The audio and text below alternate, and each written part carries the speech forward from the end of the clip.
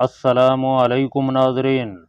मैंने सिद्धारंगनी को दूर से अपने एजेंट का क्वार्टर दिखाया, जिसके सामने कोई 20 गज के फासले पर खंबे पर एक बल्ब रोशन था। सीधा उस खंबे के पास जो कोने वाला अकेला क्वार्टर तुम्हें नजर आ रहा है, वहाँ हमारा एजेंट दादा भाई रहता है। नौरीन को मेरे पास ही रहने दो। पहले तुम जाकर मालूम करो कि वहाँ कौन कौन है। इसके बाद मैं खुद वहाँ नौरीन को लेकर जाऊँगा। मैंने सिद्धारंगनी को अपने एजेंट का पूरा हुलिया बता दिया। वो क्वार्टर की तरफ चली गई। थोड़ी देर बाद वापस आई और बताया कि जिस आदमी का हुलिया मैंने उसे बताया था, वो क्वार्टर के गैराज में अकेला ही बैठा मोटर की मरम्मत कर रहा है। अब मैंने नूरीन और सीधा को साथ लिया और क्वार्टर की तरफ चला। अपना एजेंट क्वार्टर में अकेला ही था। दो सपेरन औरतों और एक सपेरे मर्द को देखकर वो जरा सा चौंका। सिद्धारंगनी को पहले भी इधर आता देख चुका था। एजेंट था, उसे शक तो होना ही था। उसने अपनी जेब में हाथ डाल लिया। शायद पिस्तौल निकालने लगा था कि मैंने अपना कोड दोहराया। बात यह थी कि वहाँ रोशनी ज़्यादा नहीं थी। खुफिया कोड सुनकर उसने जल्दी से कोठरी का दरवाज़ा खोल दिया और हम लपक कर अंदर दाखिल हो गए। उसने दरवाज़ा बंद कर दिया और गहरी सांस लेकर बोला, तुम इन लोगों को क्यों साथ ले आए? ये कौन औरतें हैं? सीधा ने तड़प कर कहा, मैं इसकी पत्नी हूँ सिद्धारंगनी। तुम मुझे नहीं जानते।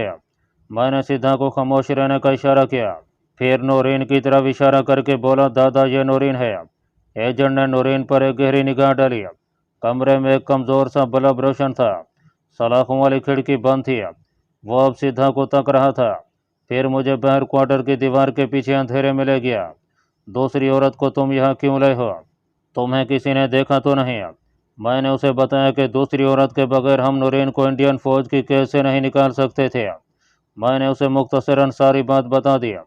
वो बोला, पुलिस ने लक्ष्मी भाई को भी पकड़ लिया था। मुझे खतरा था कि वो राज उगल न दे, मगर बड़ी बहादुर औरत निकली। पुलिस को उसने हमारे बारे में कुछ नहीं बताया। एक हसीन रिश्वत देने के बाद पुलिस ने उसे छोड़ दिया। मैं 4 रोज यहाँ से गायब रहा हूँ। हालात अब भी नॉर्मल नहीं हैं। पुलिस तुम्हारी तलाश में है। उसे असल कातिल भी अब तक नहीं मिला। मैंने बताया कि भगवा हमारी कमीन गाह में है और वो सीधा का जो कि खुद डाकू है, वफादार साथी है। मैंने पुलिस मुकाबले का हाल भी बताया। उसने कहा कि वह अखबार में यह खबर पढ़ चुका है। अब तुम ऐसा करो कि जितनी जल्दी हो सके अपने रंगनी डाकू को लेकर यहाँ से वापस चले जाओ। नौरीन को मैं आज ही रात सूरत जाकर अपने दूसरे एजेंट के हवाले कर दूंगा, जो उसे राजस्थान से बॉर्डर क्रॉस करवा कर पाकिस्तान पहुँचा देगा। इसके बाद डॉक्टर अफरीदी के बारे में मेरे आदमी ने सिर्फ इतना बताया है कि उसे फौज चांदपुर छावनी में ले गई है। यह चांदपुर छावनी कहाँ है? मैंने पूछा। दादा भाई बोला, तुम जिधर से आए हो उधर रास्ते में अमरेली कस्बा आया होगा। वहाँ से दरिया घारंग को पार करने की बजाय अगर तुम दरिया के साथ साथ पिछम की तरफ चलो तो 5 कोस चलने के बाद दरिया का एक पुल आता है। चांदपुर छावनी उस पुल के उस तरफ एक जंगल को साफ करके बनाई गई है। वहाँ पहले सिर्फ फौजियों के क्वार्टर और कोठियाँ थीं, मगर अब कुछ सिविलियन दुकानदार किस्म के लोग भी आबाद हो गए हैं। यह छावनी नई नई है। मैंने पूछा, तुम्हें यकीन है कि डॉक्टर अफरीदी को वहीं रखा गया है? मेरे एजेंट ने अंधेरे में अपनी चमकीली आंखें मुझ पर जमा दी। हमारे आदमियों की रिपोर्ट कभी गलत नहीं होती। अब तुम फौरन यहाँ से चले जाओ। यहाँ तुम्हारा रहना हम सब के लिए मुश्किल पैदा कर सकता है।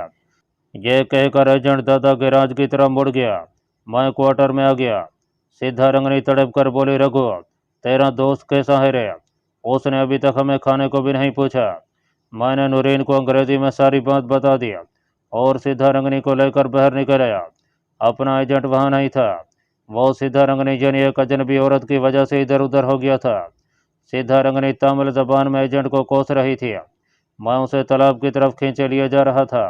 हमारे सामने अब वापसी का सफ़र था। रात हमने उस स्टेशन पर बसर की जिस पर ट्रेन से उतरे थे। सीधा रंगनी को मैंने सारे हालात बयान कर दिए। वो बोली, रघु तुम अकेले उस बूढ़े आदमी को फौज की कैद से नहीं निकाल सकोगे। मैं तुम्हारी मदद करूंगी। तुम्हारी पत्नी हूँ। मेरा धर्म भी मुझे यही कहता है। मैं सोच में पड़ गया। बात उसने ठीक कही थी। मैं पहले ही पुलिस और फौज को जासूसी और कत्ल में मतलूब था। सीधा रंगनी सपेरन के भेष में मेरे लिए रास्ता हमवार कर सकती थी।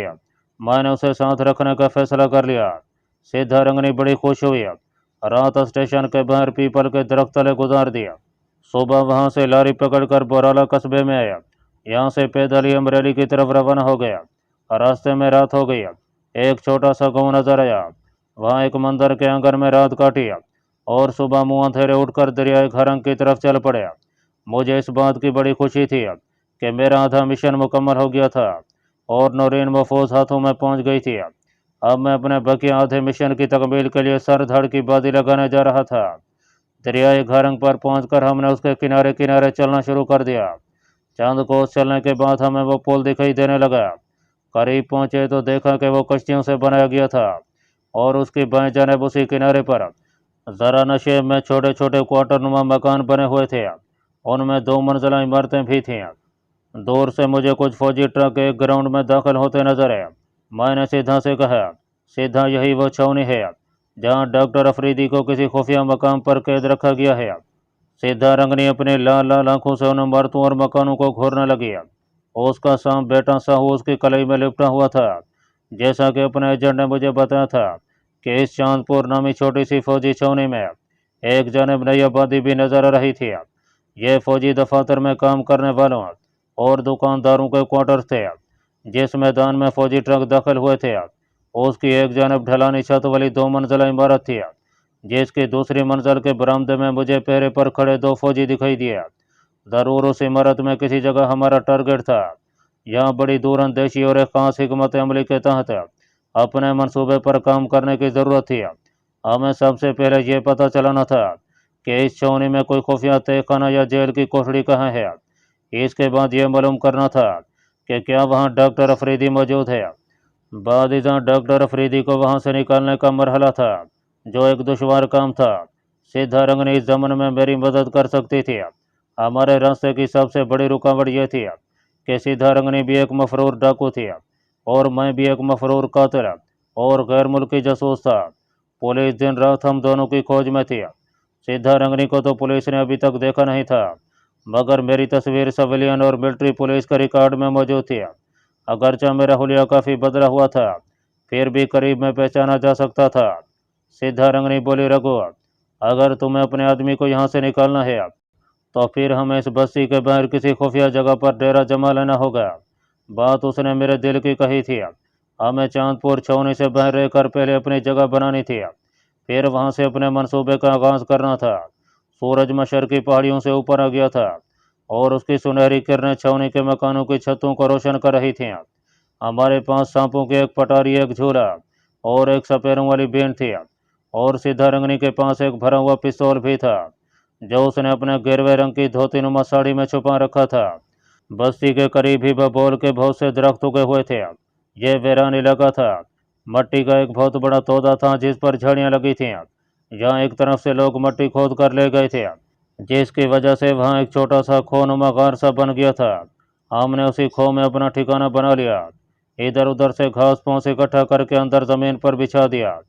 सीधा रंगनी बस्ती के बाजार से एक एल्यूमिनियम की देगची, मट्टी के 2-4 प्याले, मट्टी का गगर और एक लोटा खरीद लिया। उसने वापस आकर बताया कि बस्ती का सिर्फ एक ही छोटा सा बाजार है, जहाँ आटा, दाल, चावल, मट्टी का तेल और बर्तनों की चंद एक दुकानें हैं। वो क्वार्टरों की तरफ नहीं गई थी, वो थोड़े से चावल भी लेती आई थी। बेरी के जंगली दरख्तों के दरमियान एक छोटी सी नदी बहती थी, यहाँ से वो पानी की गागर भर कर ले आई। उसने दाल चावल की खिचड़ी पका लिया, जो हमने मिलकर खाई। फिर सीधा खो में एक तरफ आलती पालती मारकर बैठ गया। यह उसके सांप बेटे साहू के दूध का वक्त था। मैं अपने ख्यालों में गुम था। अभी तक मेरे जहन में कोई ऐसा मंसूबा नहीं आया था जिस पर मैं अमल शुरू करता। जहन बड़ी तेजी से सोच रहा था। सांप को दूध पिलाने के बाद सीधा रंगनी मेरे पास आकर बैठ गया और मेरे कंधे पर हाथ रख कर बोले, मेरे स्वामी, तुम मेरे होते हुए क्यों परेशान हो रहे हो? तुम अपनी परेशानी मुझे दे दो, मैं तुम्हारे आदमी का खोज लगा कर छोड़ूंगी। मैं फौजियों की बैरक के पास जाकर सांपों का तमाशा दिखाने के बहाने उनसे ताल्लुकात पैदा कर लूँगी। मैंने सीधा रंगनी की तरफ देखा। वो चुप हो गई। फिर लाल लाल आंखों से मुझे घूरती हुई बोली, रघु, तुम भी मुझ पर शक करते हो? अरे इस संसार में तुम्हारे सिवा मुझे कोई हाथ लगा कर दो देखे, उसे कच्चा न चबा जाऊं तो मेरा नाम सीधा रंगनी नहीं। मैं खुद छावनी का रुख करने से गुरेज कर रहा था। मेरे शनाख्त किए जाने का खतरा था। मैं सिर्फ अशद ज़रूरत के तहत ही ऐसा कर सकता था। बेल आखिर मैं इस नतीजे पर पहुंचा कि सीधा रंगनी को ही भेजूं। छावनी के इलाके में जाकर वहां का हदूद अरबा मालूम करे। वो दोपहर को गई मगर उसकी मालूमात से मैं कोई खास अंदाज़ा न लगा सका कि छावनी में कौन सा दफ्तर कहाँ है और कौन सा फौजी अफसर किस जगह रहता है जो मेरे मिशन में मेरे कोई काम आ सकता है। एक रोज़ जब दिन की रोशनी कम हुई तो मैं खुद सपेरों का झूला बगर में लटका कर बेन हाथ में लिए खुद ही चांदपुर बस्ती की तरफ चल पड़ा। यह क्वार्टरों की 4-5 गलियों वाली बस्ती थी जहाँ कुछ दुकानें भी थीं। छावनी की इमारतों की तरफ किसी को जाने की इजाज़त नहीं थी। वहाँ सड़क पर रुकावट खड़ी करके एक चेकिंग पोस्ट बना दी गई थी। मैं उसे दूर ही से देखकर वापस आ गया। दूसरे दिन मैं और सीधा इकट्ठे बस्ती में गए। दो एक जगहों पर हमने शाम का तमाशा भी दिखाया। क्वार्टरों में से निकलकर बच्चे जमा हो जाते। मैंने देखा कि ये क्वार्टर ऑफिसर्स के थे। ऑफिसर शायद छावनी की हदूद के अंदर रहते थे। हम तमाशा दिखाकर क्वार्टरों की कतार के करीब से गुजर रहे थे कि मेरी नज़र एक क्वार्टर के बाहर नेम प्लेट पर पड़ी जिस पर गुजराती जबान में लांस नाइक वैष्णव नंदरी करके आगे ब्रैकेट में इंटेलिजेंस का लफ्ज़ लिखा था। मेरे अंदर जैसे कोई चीज़ झांक पड़ी। मैंने सीधा को वो क्वार्टर दिखाते हुए आहिस्ता से तमिल जबान में कहा, इस क्वार्टर को याद रखना। उसने पलट कर क्वार्टर पर निगाह डाली और खामोश हो गया। जब हम बस्ती से निकलकर अपने खो की तरफ जा रहे थे तो उसने मुझे उस क्वार्टर के बारे में पूछा। मैंने उसे बताया कि वहाँ विश्रव नदरीकर नाम का एक ऐसा फौजी रहता है जिसका ताल्लुक मिलिट्री इंटेलिजेंस से है और उस आदमी से हमें डॉक्टर अफरीदी के बारे में बड़ी अहम मालूमात मिल सकती हैं। सीधा रंगनी ने अपने बेटे सांप को अपनी गर्दन से उतार कर अपनी कलाई में लपेटते हुए कहा, क्या हमें उसे अगवा करना होगा? मैंने उसे समझाया कि हमें उसके साथ ऐसे मरासिम इस्तेमाल करना होंगे कि उसे हमारा एतमाद हासिल हो जाए, वो जज्बाती एतबार से हमारे कब्ज़े में आ जाए और हम उससे बातों ही बातों में डॉक्टर अफरीदी के बारे में अहम मालूमात हासिल कर सकें, जिसका मुझे यकीन था कि उसे ज़रूर इल्म होगा। मेरे जहन में अचानक एक ख्याल आ गया। मैंने सीधा से पूछा, सीधा तुम्हारे पास कोई ऐसा सांप है जो उस फौजी के घर के किसी फर्द को रात के वक्त जाकर सूंघ गया करे? क्योंकि मैंने सुन रखा है कि अगर सांप किसी को सूंघ जाए तो वो मरता तो नहीं लेकिन बेहद बीमार हो जाता है और जान के लाले पड़ जाते हैं। सीधा बोली, ऐसा तो कोई ख़ास सांप मेरे पास नहीं है, लेकिन मैं किसी भी सांप से ऐसा काम ले सकती हूँ, मगर इसके लिए ज़रूरी है कि मेरा सांप उस खास आदमी के बदन की खुशबू से वाकिफ़ हो। इसके लिए सांप को उस आदमी के जिस्म का कोई कपड़ा सिंघाना पड़ेगा। अपने खो तक पहुँचते पहुँचते मेरे दिमाग में एक पूरी स्कीम तैयार हो चुकी थी। मैंने यह सारी स्कीम सीधा रंगनी को समझा दिया। अपनी इस नई स्कीम पर अमल पैरा होने के लिए हम अगले रोज़ दोपहर के वक्त अपनी खो से निकलकर चांदपुर के क्वार्टरों में आ गया। मुझे मालूम था कि इस वक्त लोग काम काज पर गए होते हैं और घर में सिर्फ औरतें और बच्चे ही होते हैं। मैं लांस नाइक नंदरी करके किसी बच्चे को निशाना बनाना चाहता था क्योंकि बच्चे के साथ बाप के शदीद जज्बात वाबस्ता होते हैं। हमने एन लांस नाइक नंदरी करके क्वार्टर के सामने जाकर सांप का तमाशा दिखाना शुरू कर दिया। मैं झूला ज़मीन पर रखकर बैठ गया और बीन बजाने लगा। सीधा ने सांपों की पटारी सामने रखी थी और गुजराती ज़बान में सांपों की तारीफ में उनका एक मखसूस गीत गाने लगी। वो खुद सौराष्ट्र की रहने वाली थी और बचपन में उसने मांड कबीले की सपेरन औरतों के ये गीत सुन रखे थे। उधर से छोटे बड़े बच्चे क्वार्टरों से निकलकर जमा हो गया, मगर अभी तक लांस नाइक के क्वार्टर से कोई बच्चा नहीं निकला था। मैंने सोचा कि अगर यहाँ कोई बच्चा ना हुआ तो फिर यह काम उस घर की औरत से लिया जाएगा, लेकिन मेरे देखते ही देखते नंदरीकर के क्वार्टर से कोई 6-7 बरस की उम्र का एक काना कलौटा बच्चा भागता हुआ बाहर निकला। उसने नेकर और पुराना कुर्ता पहन रखा था। मैंने सीधा को इशारे से वो बच्चा दिखाया। सीधा ने उसके करीब जाकर उसे प्यार किया और गुजराती ज़बान में बहुत जल्द मालूम कर लिया कि वो इसी घर में रहता है और उसका बाप छावनी पर गया हुआ है। सीधा रंगनी सांपों का तमाशा दिखाने लगे। अब कुछ बड़ी बूढ़ियां भी क्वार्टरों से निकलकर अपने दरवाजों में खड़ी हो गईं। उस बच्चे का नाम सीधा ने मालूम किया। उसका नाम नंदू था। नंदू के क्वार्टर से कोई औरत बाहर नहीं आई थी। सीधा ने एक खास सांप अपने हाथ में पकड़ा और एक चक्कर लगाकर क्वार्टरों के बाहर खड़ी औरतों से खैरात में कुछ देने की अपील किया। इस दौरान में मेरी निगाहें सीधा रंगनी पर जमी हुई थीं। वो बड़ी होशियारी से लांस नाइक नंदरी के बेटे नंदू के करीब से गुजरी और मैंने देखा कि उसने बड़ी तेजी से सांप का मुंह बच्चे की कमीज से छुआ दिया था। बच्चा डर कर क्वार्टर की तरफ भाग गया, लेकिन सीधा अपना काम कर चुकी थी। औरतों ने हमें सूखे चावल और आटा दिया जिसे हमने झोलों में डाला और सांपों की पटारी उठाकर वहां से चले आए। क्वार्टरों से निकलते ही सिद्धा ने मुझे यह खुशखबरी सुनाई कि उसके सांप ने लड़के की कमीज सूंघ ली है। भगवान करे ये उस आदमी का बच्चा हो। मैंने कहा बच्चा उसी क्वार्टर से निकला था, वो यकीनन लांस नाई का ही बेटा होगा। अपनी कमीन गाह में वापस आकर सिद्धा ने उस सांप को बाहर निकाला जिसने बच्चे की कमीज सूंघी थी। सांप का रंग सब्जी मैल सियाह था और यह बलिष्ठ भर का सांप था। सिद्धा रंगनी बोली, रघु मैं इसे आधी रात को तुम्हारे दुश्मन के क्वार्टर की तरफ भेजूंगी, जब घर के सब लोग सो रहे होंगे। ये बड़ी खामोशी से सीधा बच्चे के पास जाएगा और मांस की टांग सूंघ कर वापस आ जाएगा। सांप के सांस के असर से बच्चा बीमार पड़ेगा, फिर उसका जिस्म सूखना शुरू हो जाएगा और मुसलसल 15 रोज सांप के सूंघने के बाद वो मर जाएगा। मैंने कहा हमें उस बच्चे को हलाक नहीं करना सीधा, मैं उसे सिर्फ अपना मकसद पूरा करने की कोशिश करूंगा। रात को हम खो में दिया जलाकर जागते रहे। आधी रात के बाद सिद्धा ने बलिष्ठ भर के सियाह सांप को पटारी में से निकाला, उस पर कुछ मंत्र पढ़कर फूंके और छोड़ दिया। सांप अंधेरे में गायब हो गया। मुझे एक पल के लिए यूं महसूस हुआ जैसे मैंने अंधेरे में एक तीर छोड़ा है जो हो सकता है निशाने पर ना लगे। जब मैंने अपने शक का इजहार किया तो सीधा हंसकर बोली, रघु तुम्हें मेरे साथ रहते हुए इतनी मुद्दत हो गई है, फिर भी तुम मेरे सांपों की ताकत से वाकिफ नहीं हो। यह सांप सीधा उस बच्चे नंदू के पास ही जाएगा, वो जहाँ कहीं भी सो रहा होगा। यह उसके करीब जाकर सिर्फ उसे सूंघ कर वापस आ जाएगा, उसे काटेगा हरगिज नहीं। मैं दिल ही दिल में उस मासूम बच्चे की ज़िंदगी की दुआ करने लगा, क्योंकि मुझे उस बच्चे की ज़िंदगी भी अजीज थी और मैं नहीं चाहता था कि उसे कोई नुकसान पहुंचे। हम अब अपने सांप की वापसी का इंतजार करने लगे। सीधा रंगनी चटाई पर लेट गई।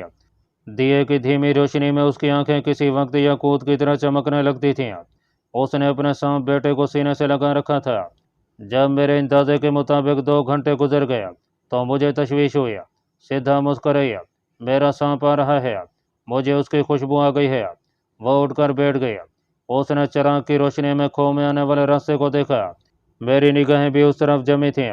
मुझे तो वो बलिष्ठ भर का सियाह सांप नजर ना आ सका, लेकिन सिद्धा ने उसे प्यार से चिपकारते हुए जमीन पर से अपनी हथेली पर उठा लिया और उसे चूम कर बोली, तुम्हें रास्ते में कोई तकलीफ तो नहीं हुई रे? तुम्हें कोई मारने तो नहीं दौड़ा? सांप से बातें करते हुए उसने उसे चारों तरफ से देखा। मैंने झल्ला कर कहा, इससे पूछो कि लड़के को सूंघ के भी आया है या नहीं। सीधा ने हल्का सा कहकर लगाया, रघु तुम मेरे बच्चों को नहीं समझ सके। मेरे पति देव जरूर हो पर मेरी औलाद से ना वाकिफ हो। मुझे अपने सांप के मुंह से उस बच्चे के जिस्म की बू आ रही है। ये अपना काम कर रहा है, कल फिर ये उसे सूंघने जाएगा। मैंने बेताबी से पूछा, यह कब तक उसे सूंघेगा? सीधा बोली, सिर्फ 4 रोज सूंघने के बाद बच्चा बीमार पड़ जाएगा, छठे रोज उसका जिस्म सूखने लगेगा। इसका मतलब था कि मुझे कम से कम 7 दिन तक वहीं खो में ही बैठे रहना था। सीधा रंगनी जैसी डाकू औरत के पास इतने रोज अकेले रहना मेरे लिए यूं भी मुश्किल नहीं था कि मैं उसका आदी हो चुका था। चुनाचे मैंने यह दिन गुजार दिया। इस अरसे में मैंने कसदन सीधा रंगनी को भी बस्ती की तरफ जाने न दिया। 8वें रोज मैंने उसे क्वार्टरों की तरफ भेजा। मैं खुद उसके साथ न गया।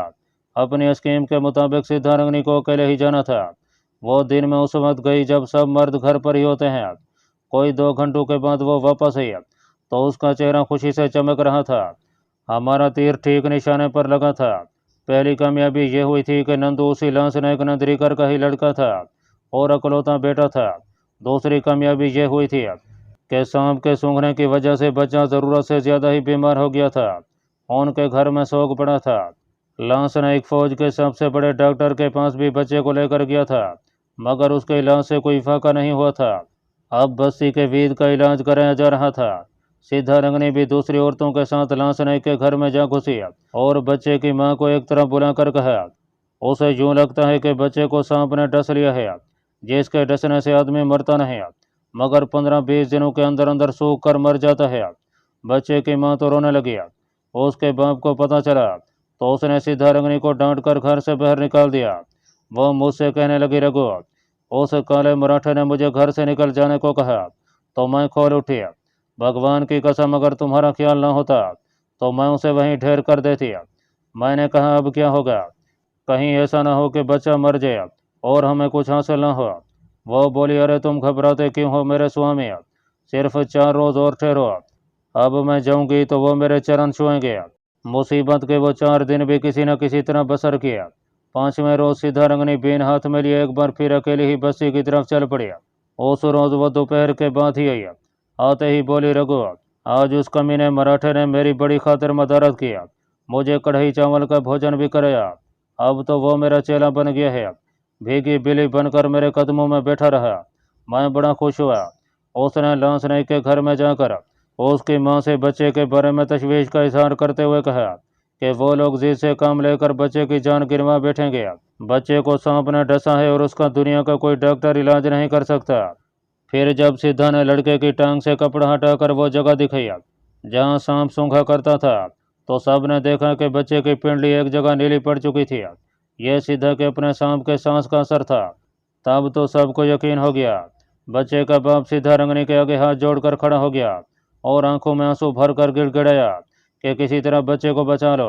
अब सीधा ने स्कीम के मुताबिक उसे कहा कि सिंह सांप के कांटे का इलाज उसके गुरु के पास ही है, जो बस्ती से दूर एक खो में रहता है, मगर उससे मिलना बहुत मुश्किल है।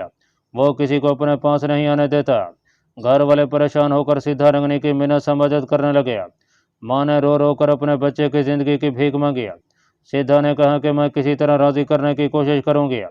सीधा ने मेरा बाजू पकड़कर दबाया और बोली, रघु अब तुम मेरे गुरु भी हो, कल मैं उन्हें तुम्हारे पास लेकर आऊंगी, तुम जरा नखरे दिखाना। मुझे तो तुम बड़े नखरे दिखाया करते थे शुरू शुरू में। और वो कह कान लगाकर हंस पड़ी। फिर उसने मुझे बताया कि जब बच्चे का बाप मेरे पास है तो मैं शाम के मनके को पानी में डालकर वो पानी उसे दे दूँ। बच्चा वो पानी 2 रोज पिएगा तो उसके जिस्म की ताकत वापस आने लगेगी। अब उसने शाम को भी रोक दिया था। दूसरे दिन वो मुझे पूरा गुरु बनाकर खो में बिठा गया। मैंने सर पर पगड़ी बांधकर अपने जिस्म पर गिरवी चादर लपेट ली थी। माथे पर मिट्टी से 3 लकीरें बनाई थी। मिट्टी के कटोरे में थोड़ा सा कड़वा तेल डालकर उसमें एक काला पत्थर रख दिया था। मिट्टी का दिया मेरी दाएं जाने बीटू पर रोशन था। सीधा रंगनी के शाम का मन का मेरी जेब में था। सीधा जाने से पहले खो में लुबान भी सुलगा गई थी, जिससे मेरे नाक में दम आ रहा था। उसके जाने के बाद मैं खो से निकलकर खुली हवा में आकर बैठ गया। उस वक्त से पैर हो रही थी। सीधा रंगनी को 1 घंटे बाद वापस आई। मैंने नशे में से दूर से देख लिया। उसके साथ सफ़ेद धोती कुर्ते में मलबूस एक आदमी भी चला रहा था। मैं जल्दी से खो में घुस गया और आसन जमा कर बैठ गया। यह लांछन एक नंदरीकर ही हो सकता था। मैं जोगियों की तरह 4 जानू समाधि लगाए बैठा था। मेरी आंखें नीम बां थीं। मैंने देखा कि नंदरीकर को सीधा ने खो के बाहर ही रोक दिया है। वो खुद हाथ जोड़कर खो के अंदर झुक कर बोली, गुरु महाराज अगर आपकी इजाज़त हो तो बच्चे के दुखी बाप को हाजिर करो। मैंने आवाज़ में ऋषि मुनि का दबदबा पैदा करते हुए कहा, ये अब आया है हमारे पास है, पहले कहाँ था? इसके बच्चे नंदू को सिंह साहब अपने पास बुला रहा है। हम सिख नाग को नाराज नहीं करना चाहते। लांस ने 1-2 जानू होकर गिड़गिड़ाया, महाराज मेरे बच्चे की जान बचा लें, चाहे मेरी जान ले लें। मैंने गरजदार आवाज़ में कहा, हम यमदूत नहीं हैं जो तेरी जान लें। जहाँ हम तेरे बच्चे के लिए कुछ नहीं कर सकते। अब प्रोग्राम के मुताबिक सीधा ने इल्तजा किया, गुरु महाराज मैंने नंदरीकर जी के बच्चे को अपना बच्चा बना लिया है, उस पर कृपा करें। यह नादान है, वेद डॉक्टरों के चक्कर में फंसा रहा।